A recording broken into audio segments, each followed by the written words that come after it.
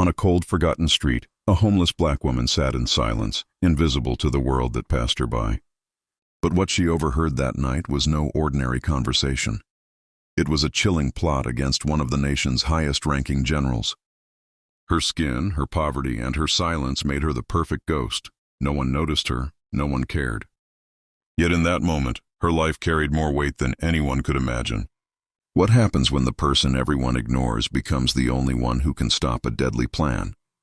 She wasn't always invisible. Once, she wore crisp uniforms, carried secrets heavier than weapons, and served her country in silence.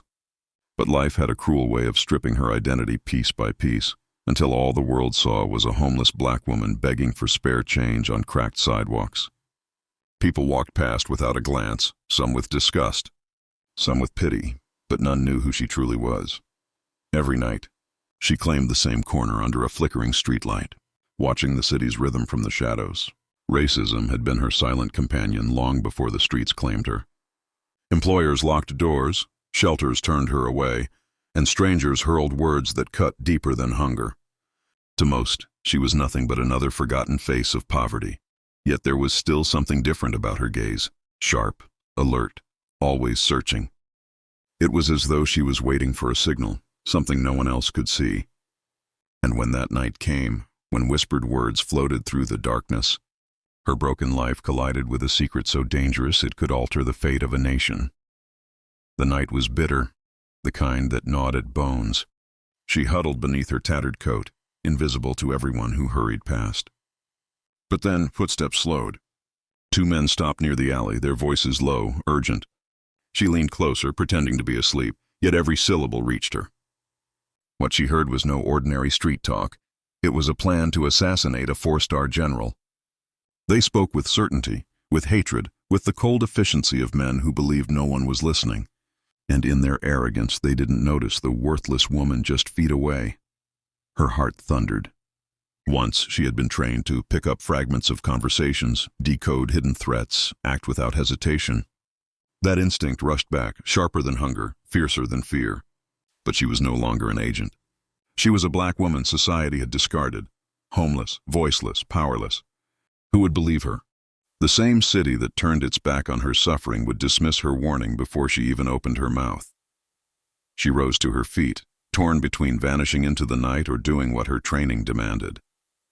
Memories surged, missions carried out in silence, comrades who had trusted her, a life that had meaning. She couldn't let the hatred she had faced blind her to the oath that once defined her. Yet even as she resolved to act, the cruelty of the world reminded her of her place. When she stumbled into a police station the next morning, clothes ragged, voice trembling, the officers didn't hear her warning.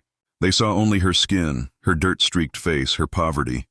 They laughed, waving her away as though she were mad. One muttered a slur, the kind she had endured all her life. Another told her to get back to the streets. Every word crushed her deeper, but the secret inside her grew heavier still. Somewhere a general's life was counting down, and she was the only one who knew it. She tried shelters, churches, anyone who might listen, but each door closed the same. She was invisible unless someone wanted to scorn her. Days blurred, each rejection sharpening her desperation. She began trailing shadows, memorizing faces, hunting for the men whose whispers still haunted her. Hunger burned her stomach, but adrenaline fueled her steps.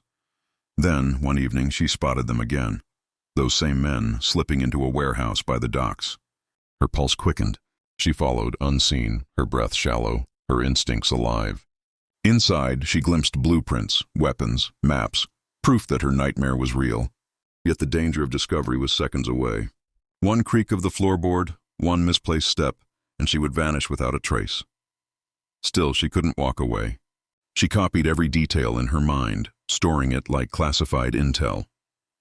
The men laughed about timing, about power, about the general who wouldn't live to see another sunrise.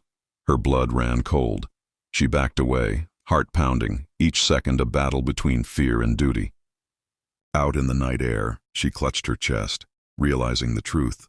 She was alone in this fight. No badge, no team, no backup. Just a woman the world despised, holding a secret that could topple lives. And yet, this was her moment. She knew she had to move fast because somewhere, the clock was already ticking toward the unthinkable. The day of the general's visit arrived.